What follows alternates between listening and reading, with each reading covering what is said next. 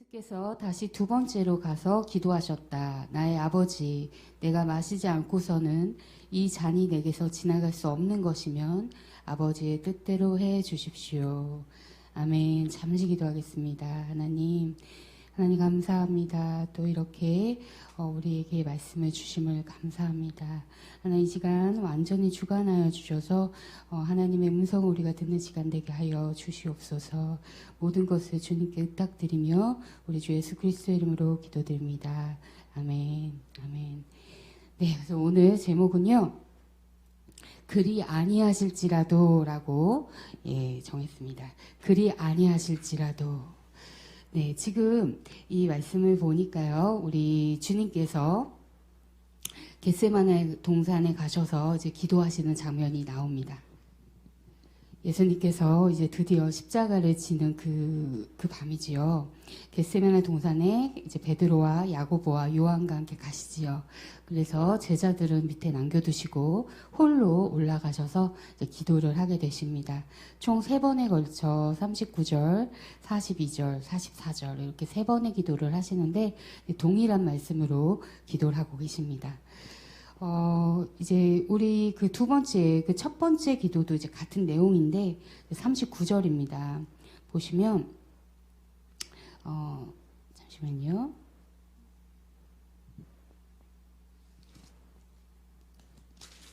네, 이렇게 기도하시죠. 얼굴을 땅에 대고 엎드려 기도하셨다. 나의 아버지여, 하실 수만 있으시면 이 잔을 내게서 지나가게 해주십시오.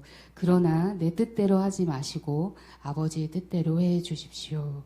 아멘. 같은 뜻이지만 여기서는 이제 그러나가 또 분명히 들어가 있지요.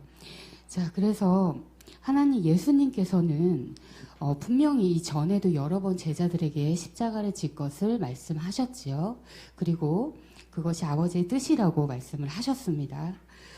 그리고 그 십자가를 지시는 것은 모든 죄를 끌어안고 대신 대속 죽음을 맞으시면 어린 양이 되셔서 제물이 되셔서 그 구약에서도 제물에게 안수를 해서 이 죄 없는 동물에게 나의 죄를 다 덮어 씌우고 죄 없는 동물의 그 죄 없음이 나에게 와서 내 죄를 이 양에게 죄가 없는 동물에게 전가를 시켜서 그 동물이 나를 대신하여 죽는 것이죠. 잠시죠. 근데 그게 동물이 아무리 죄가 없는 존재라 하지만 감히 예수님에 대할 수 없지요. 그래서 동물은 계속해서 죄를 짓 때마다 반복적으로 죽어야 했었습니다. 하지만 예수님께서 십자가에서는 하나님이신 예수님께서 그 제물로 오신 것입니다. 그래서 이 세상 모든 죄, 그 전에 있었고 지금 이 시대에 있었고 미래에 있을 모든 죄를 한 번에 끌어안고 대신 그 어린 양을 잡았듯이 대신 돌아가신 것이 십자가 사건이었고 그로 인해 우리가 받아야 될 그 죽음을 주님께서 대신 지셨기 때문에 그 공로와 그 은혜로 우리는 더 이상 그 예수님의 공로를 힘입어 더 이상 이제 죄인이 아니고 나의 죄를 해결하셨기 때문에 우리는 하나님 앞에 예수님을 덧입어 이제 의인이다라고 칭함을 받게 되는 것입니다. 그게 바로 하나님 예수님이 이 땅에 오신 목적이셨죠. 십자가, 우리의 죄를 다 제하시고 그 반복되던 제사를 통해서도 도저히 하나님과 인간 사이에 끊어진 관계가 도저히 해결되지 않았기 때문에 예수님이 직접 하나님이신 분이 사람의 몸을 입으시고 직접 오실 수밖에 없었던 것이죠. 그건 엄청난 정말 은혜시죠. 우리를 구원하시겠다는 그 목적으로 오신 거지요. 그러한 예수님이신데 왜 여기서는 그 직전에 와서 그것을 거두어가 줬으면 좋겠습니다라고 먼저 말씀하셨을까요? 그 마음은 무엇이었을까요? 그것을 위해 오셨는데 그걸 아시지 않아요? 예수님도 그걸 아십니다. 그래서 요한복음 10장 18절을 볼까요? 그거를 아시죠? 요한복음 10장 18절입니다.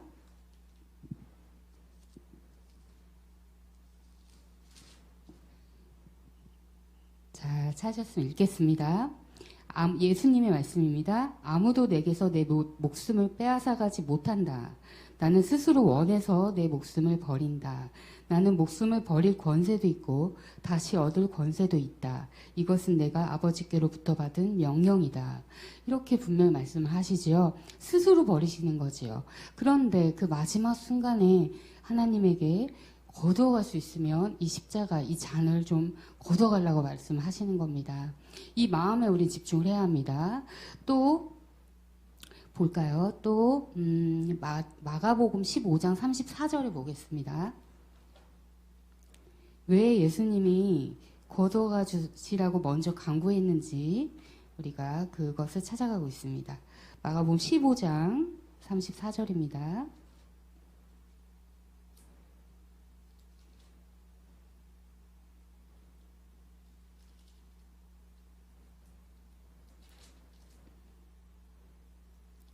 마가복음 15장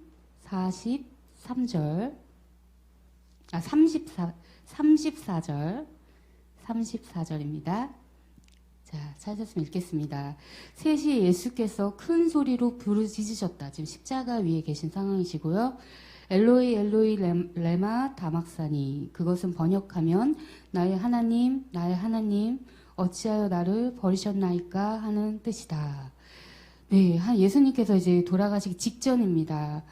뭐라고 합니까? 하나님 왜 나를 버리셨습니까? 라고 하십니다. 예수님은 하나님의 아들이시고 하나님과 하나라고 하셨죠. 분명히 단 한 번도 하나님을 떠나가지 않는다고 하셨지요. 하나님이 시키는 일만 나는 한다고 하셨지요.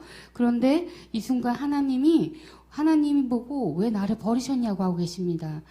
예수님께서 스스로 십자가에 올라가셨고 우리 모두를 구원하기 위해 스스로 하신 일이신데 하나님과 그렇게 하시고 이 땅에 오셨기 때문에 스스로 하신 것인데 여기서는 또 하나님이 나를 왜 버리셨냐고 울부짖죠.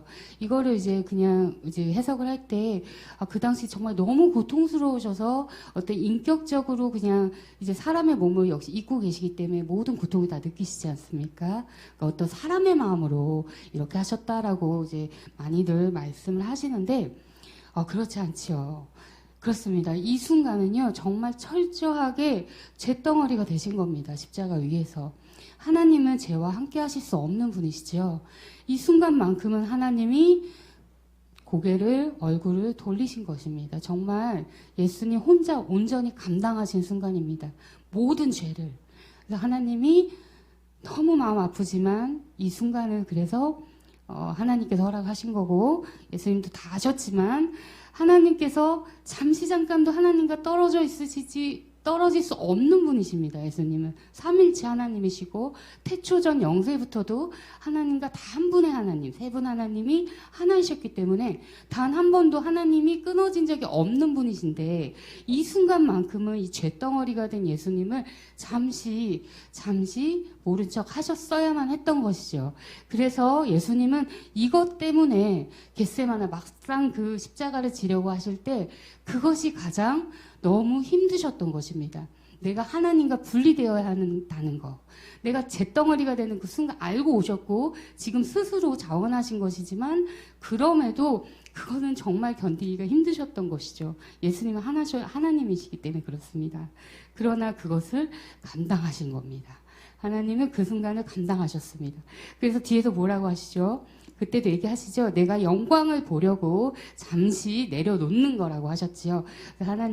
예수님은 이 정말 결코 말도 안 되는 이 상황, 하나님이신 예수님이 하나님으로부터 끊어지는 이 잿덩어리가 된 그 십자가 사건을 예수님은 감당을 하신 것입니다. 우리를 위해서 우리의 모든 죄를 해결해 주셔서 이제 하나님과 연결되는 길이자 생명이자 하나님의 그 문이 되고자 예수님은 이것을 감당하셨던 것입니다. 하지만 그것이 닥쳐왔을 때는 바로 그것 때문에 정말로 피할 수만 있으면 다른 길이 있다면 하나님과 끊어지는 그것만큼은 어떻게 안 되겠냐는 마음으로 기도를 드리신 것입니다.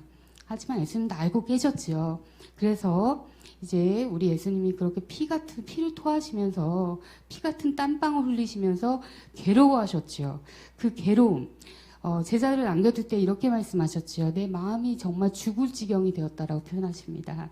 십자가가 두려워서가 아닙니다. 그 인간적인 고통이 두려워서가 아닙니다. 네, 그 십자가 순간에 하나님과의 분리, 그것을 견딜 수 없으셨던 거지요. 하지만 여기서 우리가 보는 은혜, 하나 예수님의 자세를 우리가 배우게 됩니다. 자, 하나님, 그러나 그러한 간구, 그러한 하나님의 기도, 예수님의 기도가 있습니다. 예수님은 항상 주변의 제자들과 사람들을 위하여 하나님께 기도하여 왔습니다. 하지만 이 겟세마네 동산에서만큼은 본인을 위하여 지금 하나님께 기도, 간구를 하고 계시죠. 하지만 그 자세가 어떻습니까? 그러나라고 말합니다. 마지막에 그러나 그럼에도 불구하고 그리 아니하실지라도 라는 자세가 예수님께 있습니다. 정말 싫습니다. 너무나 하고 싶지 않습니다. 피하고 싶습니다. 피할 수 있으면 피할 길을 좀 주세요라고 간절히 얘기하시지만 그럼에도 그러나 하나님의 뜻대로 하시라고 구하고 계십니다. 그래도 하나님의 뜻이 이루어지기를 원한다고 기도하고 계신 것입니다. 자, 기도란 무엇입니까? 우리도 참 기도하지 않을 수가 없지요. 상황들이 많은 어려움과 우리가 기쁠 때도 주님을 찬양하며 기도하고 또 슬플 때는 더욱더 우리가 어려운 일이 닥칠 때 이 문제를 해결해 주시든지 아니면 내가 이 문제를 좀 뛰어넘을 수 있는 힘을 주시든지 우리가 이렇게 간구하는 주님 하나님께 구하는 이 간구의 기도를 정말 멈출 수가 없지요. 우리가 일상생활에서. 이 기도란 것은 사전적인 의미죠. 그 종교적으로 무언가, 내가 믿는 무언가에게 비는 것을 기도라고 합니다. 그게 이루어져 달라고 비는 것이죠. 우리가 기도를 항상 해야 된다고 하죠. 무시로 기도를 해야 합니다. 그러니까 기도는 하나님과의 대화입니다. 때문에 우리가 아버지와 대화를 할 때 내 감정은 딱 숨겨버리고 뭔가 아버지 앞에서 좋은 마음일 수는 있지만 예의를 갖춘다는 어떤 생각에 마치 내 감정은 하나도 표현하면 안 되고 아버지가 원하는 그 기도를 해야 될 것 같은 우리가 사실 그런 마음이 있습니다. 하나님은 우리 아버지십니다. 우리 아버지, 우리가 또 부모이기 때문에 알지요. 우리 자녀들이 어떻게 나에게 나오기 바랍니까? 하나님 똑같으시죠. 솔직하게 나오기 바랍니다.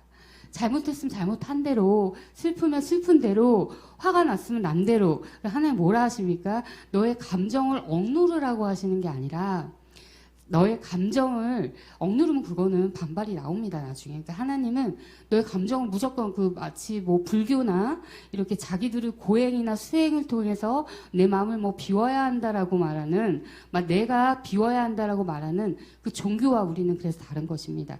우리는 내가 이렇게 성령의 열매를 그 인격적인 열매지요. 그래서 내가 온화해지고 화평해지고 그것이 이제 외부에게 보여지는 열매는 맞습니다만 우리가 하는 게 아닙니다. 그거는. 그러니까 예수님은 하나님께서는요. 네가 화가 났어. 그러면 그거를 무조건 버려, 비워. 아니야. 이게 아니고 나에게 가져오라는 겁니다. 하나님께. 내 앞으로. 그러니까 기도하라는 거. 나와 대화를 좀 해서 내 안에서 풀고 힘을 받고 위안을 받으라는 겁니다. 근데 우리가 어떻게 하고 있냐면 어려운 일이 닥치면 화가 나고 감정적으로 동요가 되면 그 사람에게 또는 누군가에게 내 친구나 친한 사람에게 하소연을 한다든지 화풀이를 한다든지 뭔가 사람 사이에서 위로를 얻으려고 한다는 것이에요. 그러니까 이게 달리 보면 남의 뒷담화가 될 수도 있고 그래서 예수님이 수군수군하는 자는 남을 비방하거나 헐뜯는 자 뒤에서 수군수군하는 자는 하나님의 자녀가 아니라고까지 얘기하잖아요. 그 정도로 우리가 하나님은 감정 억누르는 게 아니라 그 감정을 사람에게 풀어봐야 그 일시적인 거고 오히려 나쁜 열매 맺으니까 하나님 앞으로 갖고 와서 사람한테 풀지 말고 나한테 풀라는 것이죠. 그래서 우리가 기도할 때 하나님 앞에 거룩한 모양새로 나가는 것이 아니고 솔직하게 나가면 됩니다. 예수님도 정말 솔직하시잖아요. 다윗이 기도하는 시편을 보십시오. 저렇게까지 말해도 돼? 할 정도로 복수도 해달라 그러고, 내가 어떻게 저 사람 좀 어떻게 해달라 그러고 솔직하게 나아갑니다. 그런데 우리는 끝이 다른 것입니다. 끝이 다릅니다. 끝이 어떻게 다릅니까? 그럼에도 불구하고, 그러나, 그리 아니하실지라도, 괜찮습니다. 내 기도가 이루어지지 않더라도 괜찮습니다. 하나님의 뜻대로 이루어주세요. 내가 감정을 하나님께 다 하소연했어요. 너무 그리고 그 사람을 좀 혼내줬으면 좋겠어요. 그걸 감추지 마세요. 그 죄라고 감출 것이 아닙니다. 그게 지금 내 상태면 솔직하게 나아가는 겁니다. 물론 용서까지 가면 너무 좋겠지만 용서까지 가기 전까지 나는 죄 짓는 것 같으니까 주님 안 볼래 이것이 아니고 항상 솔직하게 나아가자는 겁니다. 기도할 때에. 나아가서 있는 그대로 나의 벌거벗은 몸을 다 보이면서 하나님께 하소연하고 하나님께 간구했을 때 하나님이 그것을 듣지 않습니다. 어린아이의 투정 같은 것 하나님 다 받아주시죠. 다 들어주시고 우리에게 지혜도 주실 것입니다. 우리가 그러한 제서로 나아갑니다. 우리의 감정을 풀어놓습니다. 어려움을 풀어놓습니다. 지혜를 구합니다. 이것이 해결돼야 될 것 같은 어떤 우리의 생각이 있습니다. 자, 우리에게 일이라는 이제 어려움이 생겼으면 우리는 우리의 상식과 또 우리의 방식과 우리의 생각이 있기 때문에 자연스럽게 이게 A가 됐으면 좋겠어요 라는 사실 기도 제목을 갖고 옵니다. 그래서 A가 되게 해달라고 기도를 하기 시작합니다. 근데 여기에 어떤 태도로 갔습니까? 절대라는 말을 붙입니다. 하나님 이거 절대로 해주셔야 돼요. 하나님 다른 방법이 없어요. 이거예요. 답은 이거예요. 답은 A예요. 하나님 A를 주세요. A를 주세요. 하고 있습니다. 자, 예수님의 기도와 뭐가 다른지 느껴지십니까? 그렇습니다. 절대적인 것은 오직 하나님만 절대적입니다. 절대로 선하신 거는 하나님만 선하십니다. 우리는 불완전합니다. 그러한 우리가 감히 단정하여 절대로라는 말을 갖다 붙일 수 있을까요? 감히 없는 것입니다. 그래서 우리가 이러한 태도 우리에게 있다는 것입니다. 이거는 어린아이가 아빠 바지그레인 끌어안고 아버지가 뜻이 있어서 어떤 행하는 일일 수도 있음에도 그런 거를 다 고려하지 않고 오히려 A만 생각하는 겁니다. 나의 해결책. 이거를 이렇게 해달라고 요구하는 것입니다. 이거 요술램프 진이가 아닙니다. 하나님께서는. 하나님이 나보다 훨씬 높으시고 나보다 훨씬 좋은 해결책이 있음을 믿어야 합니다. 때문에 나의 생각은 나의 간구는 이것입니다는 솔직히 말하는 것입니다. 솔직히 말합니다. 난 이렇게 됐으면 좋겠어요. 하나님 A처럼 됐으면 너무 좋겠는데요. 그러나 어떻습니까? 그러나 하나님이 뜻이 가장 높으시고 가장 선하시고 나만 생각하시는 게 아니라 모든 것을 아울러 이 세상 전부를 지금 섭리하고 계신 하나님이시기 때문에 하나님께 내가 맡깁니다. 하나님의 뜻을 이루어주세요. 하나님의 방법을 내게 알려주세요. 하나님이 이루어주세요라고 공을 마치 배구 때 공을 토스하듯이 나의 괴로움을 주님께 탁 토스하는 겁니다. 그게 바로 기도입니다. 기도의 자세입니다.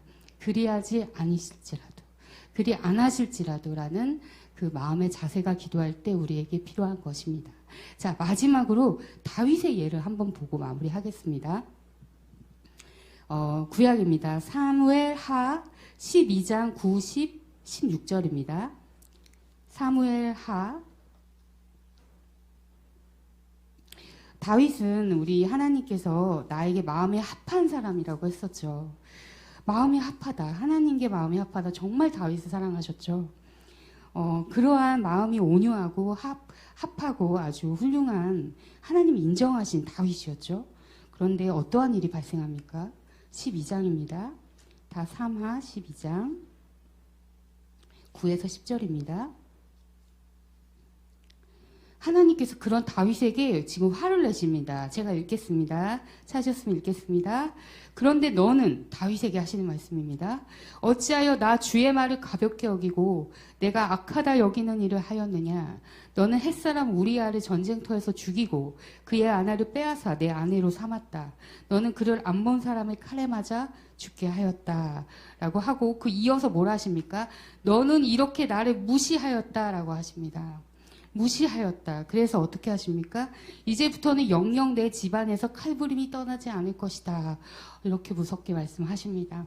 하나님께서 지금 두 번 얘기하시죠. 너는 나를 가볍게 여기고 나를 무시했다라고 합니다. 이 사건은 다윗이 밧세바라는 우리아의 아내를 보고 반해서 억지로 취한 일이죠. 그래서 우리아를 죽이기 위해 직접 죽일 수는 없고 그래서 전쟁터로 이렇게 내보내죠.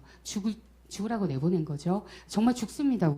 그 일을 지적하시는 겁니다. 근데 이거를 단순히 뭐 왕이니까 뭐 여자를 빼앗아도 뭐 이렇게 아니라 하나님 어떻게 받아들이고 계십니까? 네가 내 말을 가볍게 여기고 무시했다고 표현하고 있습니다. 하나님한테 기도하지도 않고 자기 뜻대로 했다는 걸 알 수가 있죠. 하나님 너무 실망을 하셨죠. 그래서 어떻게 합니까? 그래서 20절에 보니까요. 내가 네 이제 아들을 치게 됩니다. 그 밧세바와 다윗 사이에서 태어난 아들을 치게 됩니다. 20절입니다. 죄송합니다. 다시요. 16절입니다.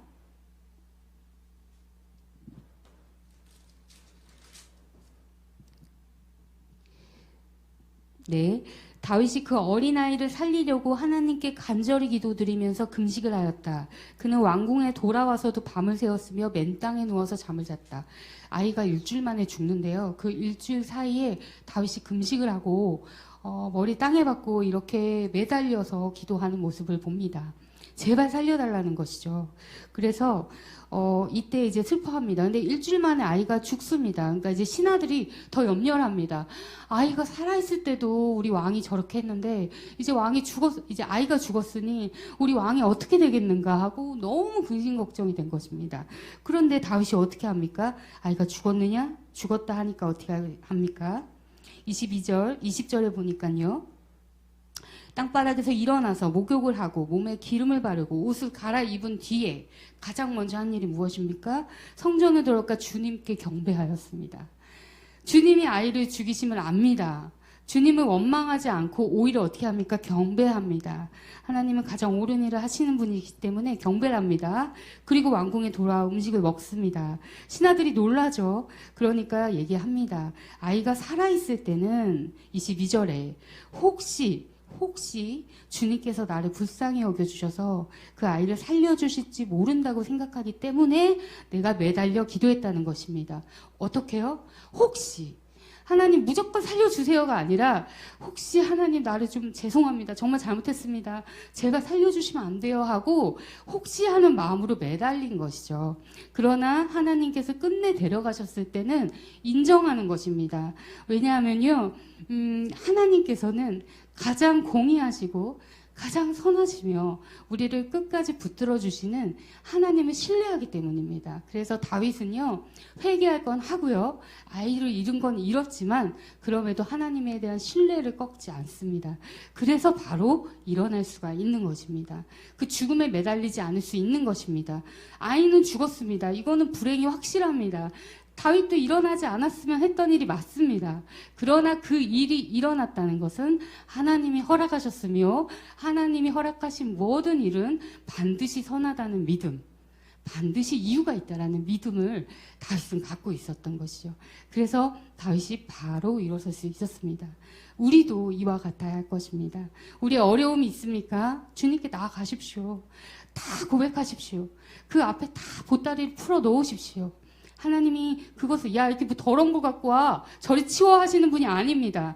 갖고 오너라 하시는 분입니다. 그 펼쳐놨을 때 어린아이처럼, 우리가 성인이지만 어린아이처럼 진짜 마음이 무너져가지고 울고불고 할 때 하나님 그걸 다 들으시고 받아주신다는 것입니다. 그래서 사람이 줄 수 없는 위안을 우리에게 주시며 또 앞으로 나아갈 길을 알려주시고 우리를 다시 한번 일으키시는 그 힘을 하나님 안에서, 우리는 기도 안에서 찾게 되는 것입니다. 이것이 올바른 기도입니다. 그리고 그 기도의 응답이 늦더라도, 오지 않더라도, 지체되더라도, 내 생각에 완전히 반대되는 것이어도, 내가 생각하는 A의 답이 아닌 완전히 저주와 같은 어떤 답을 내가 얻었더라도 어떻게 됩니까? 의심하지 않는 것입니다. 네. 모든 일은 하나님이 결정하십니다. 이 세상 역사는 하나님 손아귀에 있습니다. 마귀가 하는 것 같지만 욥이 마귀를 쳐서 마귀가 욥을 힘들게 한 것 같지만 어떻게 하셨죠? 하나님이 허락하신 겁니다. 하나님은 허락하지 모든 것, 마귀가 하는 일조차 하나님 허락 없이는 안 됩니다. 그래서 다시 얘기하면 어떠한 일이 일어났다는 것 자체가 하나님이 허락하셨고 개입하셨다는 의미입니다. 그래서 우리가 우리 눈에 그게 나쁜 것이든 좋은 것이든 우리의 생각에 맞는 것이든 반대된 것이든 그래서 우리는 괜찮습니다. 요동치 않을 수 있습니다. 그리하지 아니하실지라도 실망하거나 완전히 넘어지지 않는 것입니다. 다시 일어서는 것입니다. 그것이 바로 믿음입니다. 하나님에 대한 완전한 신뢰. 하나님은 진짜 옳으십니다. 하나님은 항상 의로우십니다. 하나님은 내 삶의 주인이십니다. 하나님은 내 삶을 이끄시며 내 삶에 개입하시며 온전히 선한 길로 나를 구원하실 뿐입니다. 우리는 그 과정에 있습니다. 그래서 내가 다 이해할 수 없지만 하나님의 일을 내가 믿음으로 인내하며 기다리며 바라봅니다. 그것이 바로 믿음입니다. 그것이 바로 기도입니다. 우리가 이러한 자세가 있어야 합니다. 그래서 하나님은요, 우리 생각보다 높다고 하셨고요. 또 하나님께서 예레미야에서 말씀하셨습니다. 나의 생각은 멸망이 아니다. 내가 너에 대한 나의 생각을 아노니 그것은 멸망이 아니다. 화평이다. 구원에 이르게 하는 것이다. 분명히 얘기하셨습니다. 우리가 많은 어려운 가운데 있습니다. 많이 아프기도 하고 그렇지만 하나님 앞에 나아갈 때에 두려움 없이 일단은 내 마음을 다 내려놓고 말씀을 드리고 그 안에서 참 위안을 얻어야 하고 그 위안으로 힘을 얻어 버텨야 하며 결과가 나왔을 때 기도의 답이 나왔을 때 그게 내 뜻과 같지 않더라도 그리하지 아니하실지라도 우리 하나님의 선하심을 믿기 때문에 우리는 다시 일어설 수 있습니다. 아멘. 아멘. 그러한 믿음이 있다면 우리는 요동치 않고 바람이 불어도 이게 떠밀려 가지 않고 꿋꿋한 나무처럼 우리는 온전히 설 수 있을 것이고 대략 그 과정이 나의 믿음을 성장케 하는 내가 하나님을 더 경험하게 되는 그러한 과정이 될 것입니다. 그래서 광야에 길을 내시고 사막에 강을 내시는 기적과 같은 하나님을 체험하게 될 것입니다. 하나님의 계획은요, 우리의 구원입니다. 궁극적으로 이 땅의 삶의 어떤 부귀영화가 아닙니다. 아플 수도 있습니다. 괜찮습니다. 결론이 중요하죠. 결론이 중요합니다. 우리의 결론은 무엇입니까?